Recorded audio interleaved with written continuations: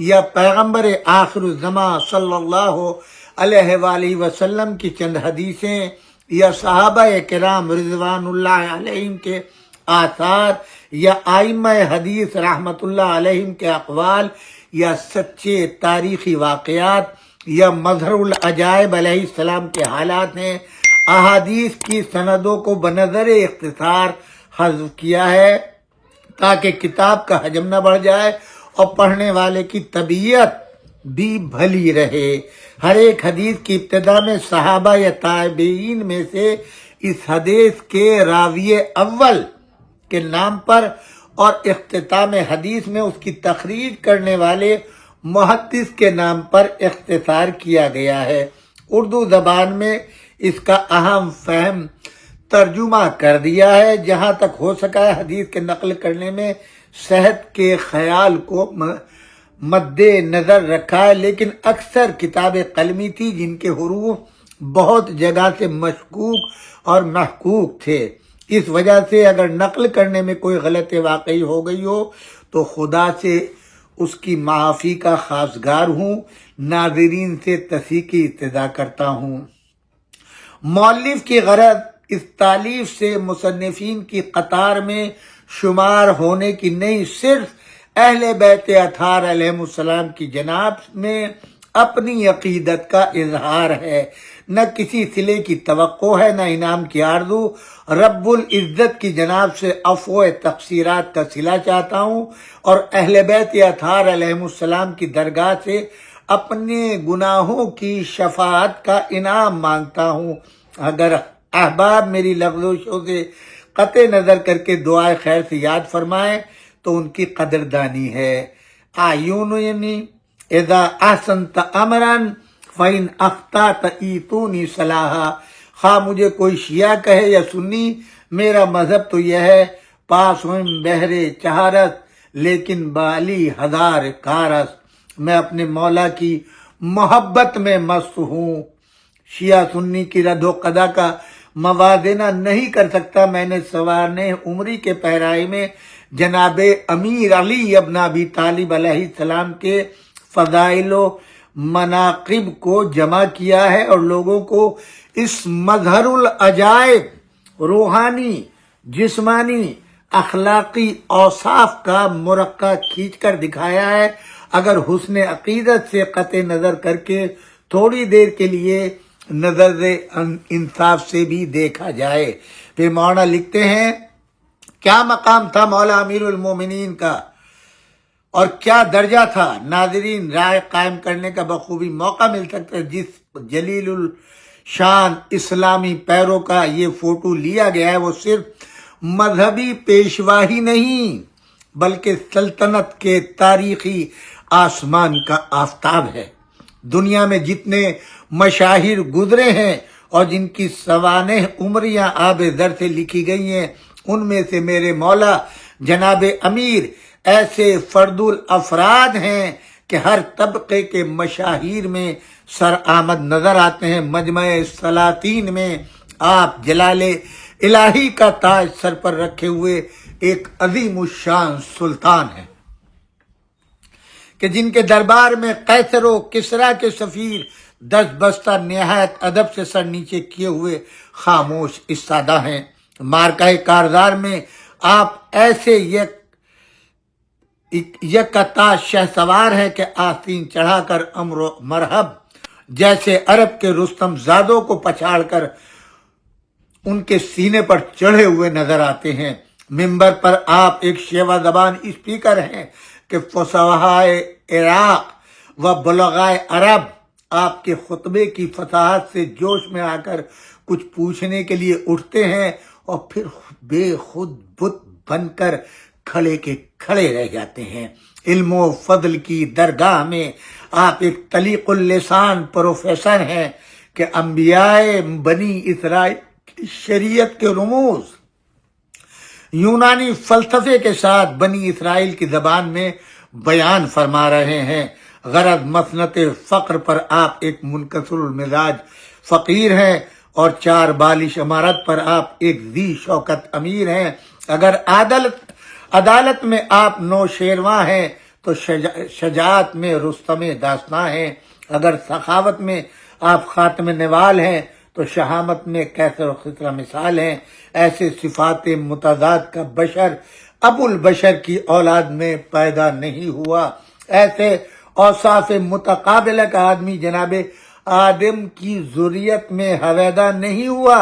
انہی صفات متضاد اور اوصاف متقابلہ کو دیکھ کر نصیریہ نے آپ کو خدا جانا، صوفیہ نے خدا جانے کیا جانا، مگر سچ تو یہ ہے کہ ذات حیدری کو کوئی کیا جانے، یا نبی جانے یا خدا جانے۔ سبحان اللہ، میری بساطی کیا تھی، میں ایسے مطالب کا بیڑا اٹھاتا، مگر شوق نے دل کو ایسا گدگدایا کہ بےتاب کر دیا ہے چند کہ میں اس دریا میں تیرنے کے لائق نہیں تھا، مگر امید نے سہارا دیا، اس سہارے سے ہاتھ پاؤں مارنے لگا۔ میں اپنے امامیہ احباب سے شرمسار ہوں کہ میں اس تالیف میں ان کی کتابوں سے اخذ مطالب میں قاصر رہا ہوں۔ حضرات اہل سنت و جماعت کی کتب حدیث پر ہی اس کتاب کی تدوین کا مدار رکھا ہے، اس لیے اہل سنت و جماعت کے ائمہ حدیث رحمت اللہ علیہم کے اسماء مبارک کی ایک طویل فہرست میں ان کی سند و سن وفات کے دیباچے میں درد کر دی ہے۔ یہ عبارت ہے مولانا مولوی عبید اللہ صاحب امرتسری کی، جو اہل سنت کے اتنے بڑے عالم اور پیشوا تھے، جو ریاست رامپور کے عظیم الشان کتب خانے کے عہدہ رئیس شاری پر فائز تھے۔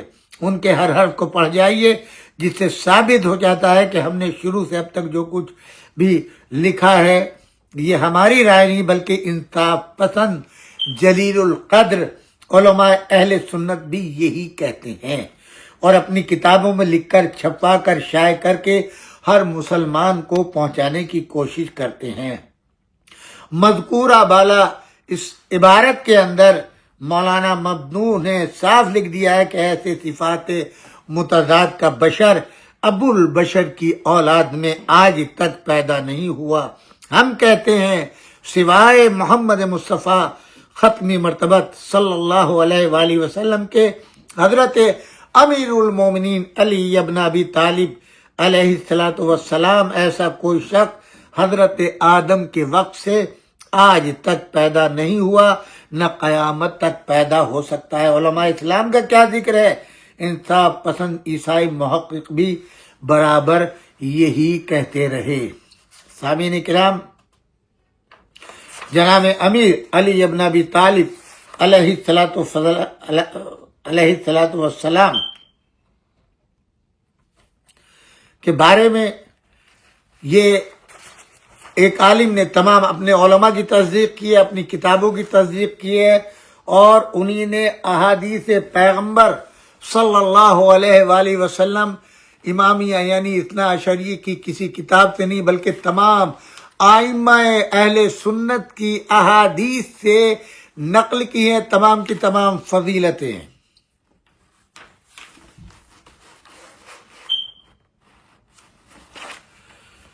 پڑھنے لائق ہے کتاب۔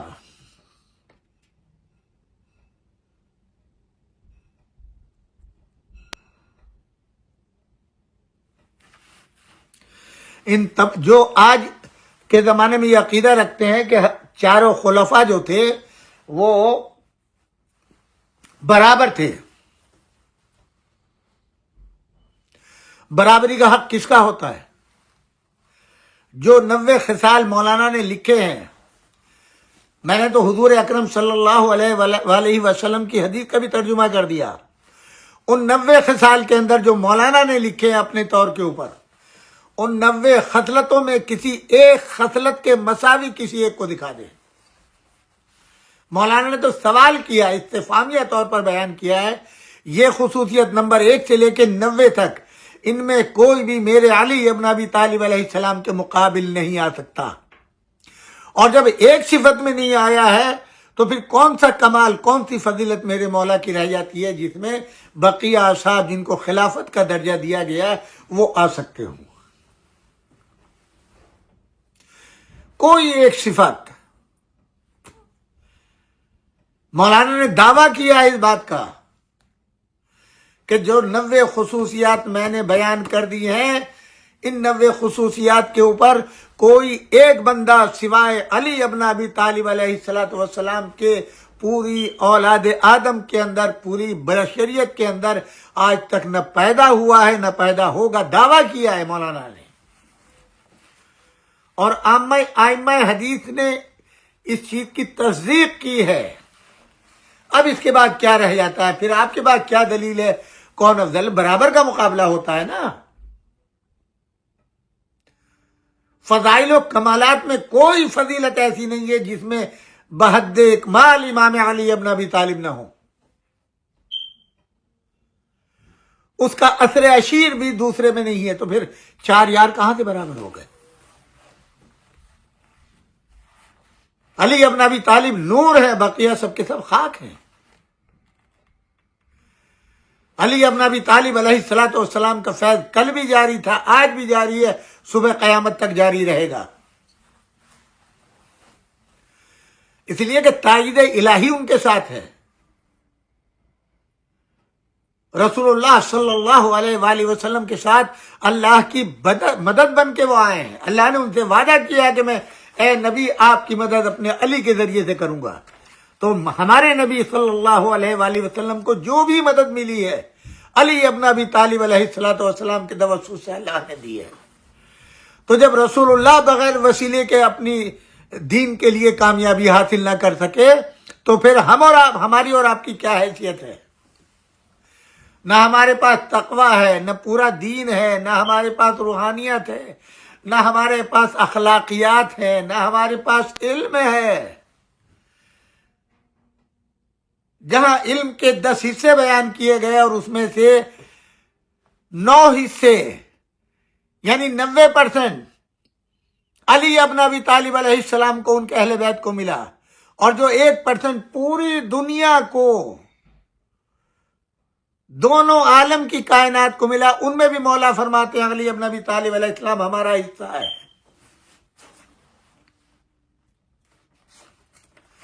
کوئی تصور کر سکتا ہے مولا علی ابن ابی طالب علیہ السلام کا؟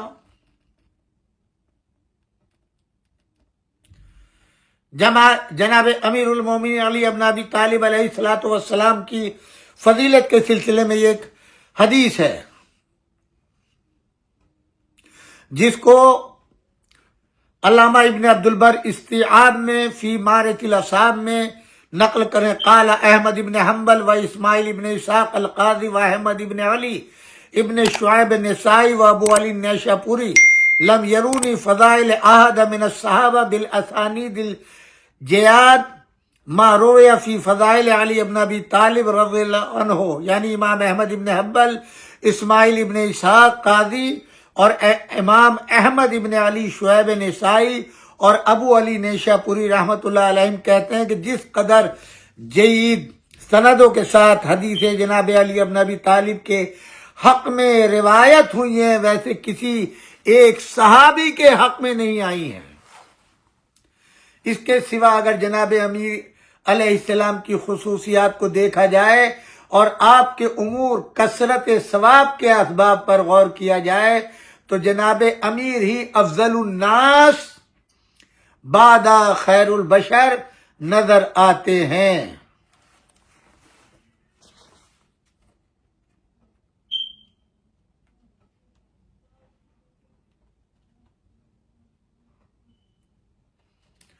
مولانا لکھتے ہیں کہ ہم نے اپنے کلام میں دعویٰ کیا ہے کہ خدا نے حضرت رسول خدا صلی اللہ علیہ وآلہ وسلم پر جس طرح قرآن مجید کو ایسا معجزہ نازل کیا جو آج تک بے مثل و بے نظیر ہے، بالکل اسی طرح جناب امیر علی ابن ابی طالب کو بھی حضرت کا دین اسلام کا، حق کا اور ایمان کا وہ لاجواب اور زبردست معجزہ قرار دیا ہے جو آج تک بے مثال ہیں، قیامت تک ایسے ہی رہیں گے، بلکہ حضرت کے علمی و عملی کمالات، دینی و دنیاوی احسانات کا مقابلہ بھی قیامت تک نہیں ہو سکتا۔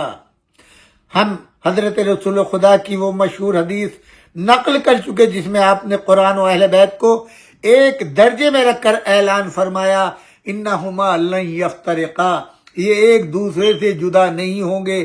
اس کا مطلب بھی یعنی یہ بھی ایک بہت بڑی فضیلت ہے کہ عزت میں، درجے میں، مرتبے میں، معجزہ ہونے میں، مثل و بے نظیر ہونے میں، نورانیت میں بھی ایک دوسرے سے کم نہیں ہے، نہ ایک دوسرے سے جدا ہو سکتے ہیں۔ اس بات کی تصریح بڑے بڑے علماء اہل سنت برابر کرتے رہے ہیں، جیسے علامہ ملا علی قاری نے لکھا فی قول انی تارک فیکم اشارۃ الی انہما بمنزل التوامین الخلیفین ان رسول اللہ صلی اللہ علیہ وآلہ وسلم وانہ یوصی الامت بحسن المعاملہ معہما وإيثار حقهم على أنفسهم كما يوصي الأب المشفق للناس في حق أولاده ويعضده الحديث السابق في الفصل الأول اذكركم الله في أهل بيتي كما يقول الأب المشفق الله في حق أولادي وأقول الأظهر هو أن أهل البيت غالبا أن يكونون عارف بصاحب البيت وأحواله فالمراد لهم أهل العلم منهم مطلعون على سيرته الموافقون على طريقته العارفون بحكمه وحكمته وهذا يصلح أن يكونوا مقابلا لكتاب الله وسبحانه كما قال ويعلمهم الكتاب والحكمة ويؤيده ما أخرجه أحمد في المناقب عن حميد بن عبداللہ ابن زید ان النبی صلی اللہ علیہ وآلہ وسلم ذکر عنده قضاء به علی ابن ابی طالب فعجبه وقال الحمدللہ الذی جعل فینا الحکمت اہل البیت۔ حضرت رسول خدا کے ارشاد میں تم لوگوں میں کتاب خدا اپنے اہل بیت کو چھوڑے جاتا ہوں، اس بات کی طرف اشارہ ہے کہ دونوں بالکل اسی طرح جس طرح حضرت کے دو تمام بیٹے اور قائم مقام ہوں، اور یہ کہ حضرت صلی اللہ علیہ وآلہ وسلم اپنی امت کو وصیت فرما رہے ہیں کہ ان دونوں کے ساتھ اچھا برتاؤ کرتے اور ان دونوں کے حق کو اپنے نفسوں پر ترجیح دیتے رہیں، جس طرح مہربان باپ لوگوں سے اپنی اولاد کے بارے میں وصیت کرتا ہے۔ اس مضمون کی تائید اس حدیث سے بھی ہوتی ہے جو پہلے فصل اول میں گزر چکی ہے، جس میں حضرت نے فرمایا ہے تم لوگوں کو اپنے اہل بیت کے بارے میں خدا کا واسطہ دیتا ہوں، جس طرح مہربان باپ اپنی اولاد کے بارے میں وصیت کرتا ہے کہ ان کے متعلق اللہ کو یاد رکھنا، اللہ کو نہ بھولنا، میں اپنی اولاد کے بارے میں تم لوگوں کو اللہ کو یاد دلائے جاتا ہوں۔ میں کہتا ہوں کہ یہ بات سب سے زیادہ ظاہر ہے کہ گھر والے ہی زیادہ تر گھر والے اس کے حالات کو اچھی طرح جانتے اور سمجھتے ہیں، تو اہل بیت رسول سے مراد وہی اہل علم ہے جو حضرت کے حالات سے باخبر، حضرت کے طریقے سے واقف، حضرت کے حکم سے اور حکمت کے پہچاننے والے تھے۔ اس وجہ سے ان میں اس بات کی صلاحیت تھی کہ کتاب خدا کے مقابل ہم سر، ہم مرتبہ، ہم درجہ، ہم منزلت کر دیے گئے، جیسا خدا نے فرمایا وہ رسول صلی اللہ علیہ وآلہ وسلم ان لوگوں کو کتاب و حکمت کی تعلیم دیتے ہیں۔ اس کی مناسب حدیث بھی ہوتی ہے جس کو امام احمد ابن حنبل نے مناقب میں ذکر کیا ہے کہ حضرت رسول خدا صلی اللہ علیہ وآلہ وسلم نے حضرت علی کا ایک فیصلہ بیان کیا تو حضرت پھڑک گئے اور فرمایا الحمدللہ اس نے ہم اہل بیت میں حکمت قرار دی، یا ہم کو وہ اہل بیت عطا فرما گئے جو خود حکمت ہیں۔ مرقاش شرح مشکات مطبوعہ مصر جلد 5 صفحہ 600۔ اب آپ مجھے فیصلہ کر کے امت والے بتائیں یہ تمام تر حدیث کیا کہتی ہیں، کون ان کے مقابل آئے گا؟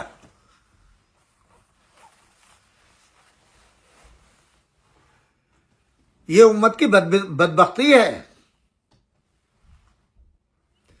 پھر اس حدیث کو یاد کیجئے، اگر یہ پوری دنیا مولا علی ابن ابی طالب علیہ الصلوۃ والسلام کی محبت پر جمع ہو جاتی تو پروردگار عالم جہنم کو خلق نہ کرتا۔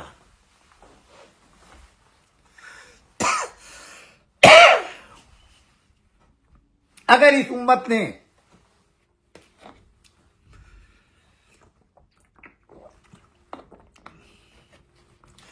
مولا علی ابن ابی طالب علیہ الصلوۃ والسلام کی ذات اقدس سے انحراف نہ کیا ہوتا تو آج پوری دنیا میں اسلام کا پرچم بلند ہوتا، اسلام کا ڈنکا پٹتا ہوتا۔ آج ہر طرف عدالت ہی عدالت ہوتی، انصاف ہی انصاف ہوتا، آج کسی پر ظلم نہ ہوتا۔ آج جو ہر طرف سے پکار آ رہی ہے ظلم کے خلاف، ظالموں کے خلاف، غاصبوں کے خلاف، منافقوں کے خلاف، تو سوچے کیا حال ہوتا۔ جو کل کے منافقین تھے جنہوں نے میرے مولا سے غداری کی ہے اور میرے نبی اکرم صلی اللہ علیہ وآلہ وسلم کا جنازہ بے گور و کفن چھوڑ کے چلے گئے، 3 دن تک ملائم نہیں آئے اپنی دنیا داری کی خاطر، آج انہی کے چاہنے والے جو منافقت دکھلا رہے ہیں، دیکھ لے کہاں کہاں سے آوازیں آ رہی ہیں۔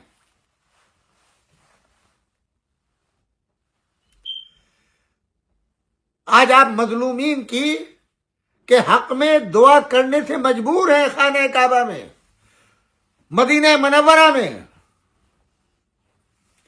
دل میں دعا کرنے وہ بات الگ ہے، بل اعلان دعا کر کے دکھائیں۔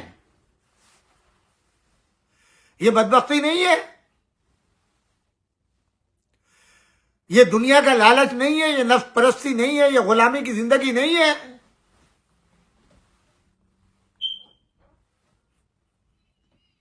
کون سا اسلامی ملک ہے جو رو نہیں رہا ہے، جہاں ان کے عوام بے بسی کے آنسو نہیں بہا رہے ہیں، غلامی کی زندگی گزارنے پہ مجبور ہیں، کیونکہ ان کے سربراہ مملکت جو ہیں وہ سب کے سب اپنا نفس، ضمیر، مذہب، دین بیچ چکے ہیں باطل کے حقوں۔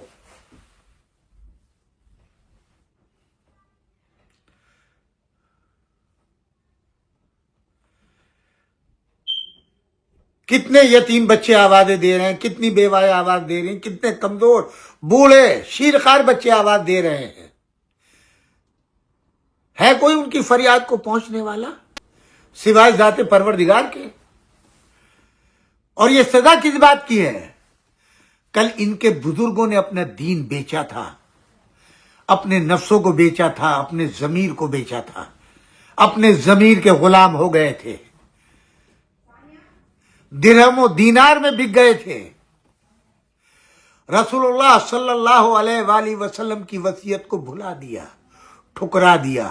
کون سا خطبہ، کون سا موقع ایسا ہے جہاں رسول اللہ صلی اللہ علیہ وآلہ وسلم نے امام علی ابن ابی طالب کے لیے وصیت نہ کی ہو، جناب فاطمۃ الزہرا سلام اللہ علیہ کے لیے وصیت نہ کی ہو، حسنین کریمین کے لیے وصیت نہ کی ہو، اپنے قرآن کے لیے وصیت نہ کی ہو، اور بباغ دوحل یہ نہ کہا ہو کہ ان 2 چیزوں سے تمسک کر لو گے، ان دونوں میں کبھی جدائی نہیں ہوگی، یہ ہم پلہ، ہم مزاج ہیں۔ جو کام قرآن ناطق کا ہے وہی قرآن صامت ہے۔ مگر ان غدار مولویوں نے، محدثوں نے، مفتیوں نے، مفسروں نے کیا کیا؟ قرآن کی آیات کا ترجمہ بھی غلط کیا، تفسیر غلط کی، احادیث کے غلط مطالب بیان کیا اور پوری کی پوری دنیا کو گمراہ کیا۔ اس سے مراد یہ نہیں ہے، ایک معمولی سی بات لے لیجیے، حضور نے کیا فرمایا میدان غدیر میں؟ من کنت مولا فہذا علی المولا۔ مولا کے معنی کے کتنے معنی پھیلا دیے گئے؟ دوست کے معنی میں ہے، بھائی کے معنی میں ہے۔ ارے کسی اور دوست کے لیے کیوں نہیں بیان کیا؟ کیا ضرورت تھی؟ پہلے اس کے تمام ما قبل ما بعد کے حالات تو دیکھے۔ فقط اتنی سی بات، وہ شباب کی گرمی، ذرا وہ دن اور تاریخ تو دیکھیے، یوم مباہلہ، جہاں آگے والوں کو پیچھے بلا لیا گیا، پیچھے والوں کا انتظار کیا اور زمین اتنی تپ رہی تھی کہ اپنی ابائیں اتار اتار کے، اپنے کمبل اتار اتار کے ان کو لپیٹ کے اور ان کو جو ہے رکھ کے زمین کے اوپر بیٹھ رہے تھے تاکہ زمین کی تپش سے محفوظ رہ سکے۔ اوپر آسمان کی تپش تھی، نیچے سے زمین آگ ابل رہی تھی، بیٹھ نہیں سکتے تھے، کھڑے نہیں ہو سکتے تھے، اور ایسے عالم میں کہ وہ پورا کا پورا مار کا کے اپنی 23 سالہ زندگی کے احسانات کو گنوانے کے لیے ممبر بنوایا، اذان دلوائی گئی، سب کو جمع کیا گیا، اور ہر ایک اس تشویش میں تھا کہ کون سا ایسا اہم پیغام ہے۔ ہم حج کر چکے ہیں، جلد سے جلد جانا چاہتے ہیں اپنے خانوادوں کے پاس، اپنے بچوں کے پاس، اپنی بیویوں کے پاس، اپنے قرابت داروں کے پاس۔ اور فقط اتنا بتانے کے لیے کہ جس کا میں دوست ہوں اس کے علی دوست ہے، صرف اتنی سی بات۔ من کنت مولا فہذا علی مولا فرمایا ہے۔ کتنے ہیں جنہوں نے بہانہ کیا کہ ہم کان سے سن نہیں سکے، اللہ نے ان کو ہمیشہ کے لیے بہرا کر دیا۔ 10 وہ اجل اصحاب جن کو امام علی ابن ابی طالب علیہ السلام نے ابو بکر کے سامنے پیش کیا، بتا تم بتاؤ جب یہ حضور نے فرمایا ہے تمہارے، کسی نے کہا میں کانوں سے سن نہیں پایا، بہرا ہوں۔ مولا نے کیا کہا، پروردگار اگر یہ سچ کہہ رہا ہے تو اس کے کانوں کو صحت دے دے، اور اگر یہ جھوٹ بول رہا ہے ہمیشہ کے لیے بہرا کر دے۔ وہ بہرا ہو گیا۔ جس نے کہا میرا دماغ کام نہیں کرتا، مولا نے ویسی دعا دی، پروردگار اگر یہ ذہنی مریض ہے تو اس کے ذہن کو شفا دے دے، اور اگر یہ مکر کر رہا ہے تو ہمیشہ کے لیے اس کو جو ہے وہ عقل سے محروم کر دے، وہ دیوانہ ہو گیا۔ یہ 10 عذاب کی کم سے کم فہرست تاریخوں میں موجود ہے۔ کس کس نے ڈاکہ نہیں ڈالا اس دنیا کی خاطر مولا علی ابن ابی طالب کے حق پر، چاہے خلافت کا ڈاکہ ہو، مال کا ڈاکہ ہو، فضائل کا ڈاکہ ہو، علی ابن ابی طالب کے بارے میں آیتوں کا ڈاکہ ہو یا احادیث کا ڈاکہ ہو۔ کون کون ایسا غاصب تاریخ میں نہیں ملے گا آپ کو، اور آج بھی انہی کی اولادیں ہیں جو یہ کام کر رہی ہیں۔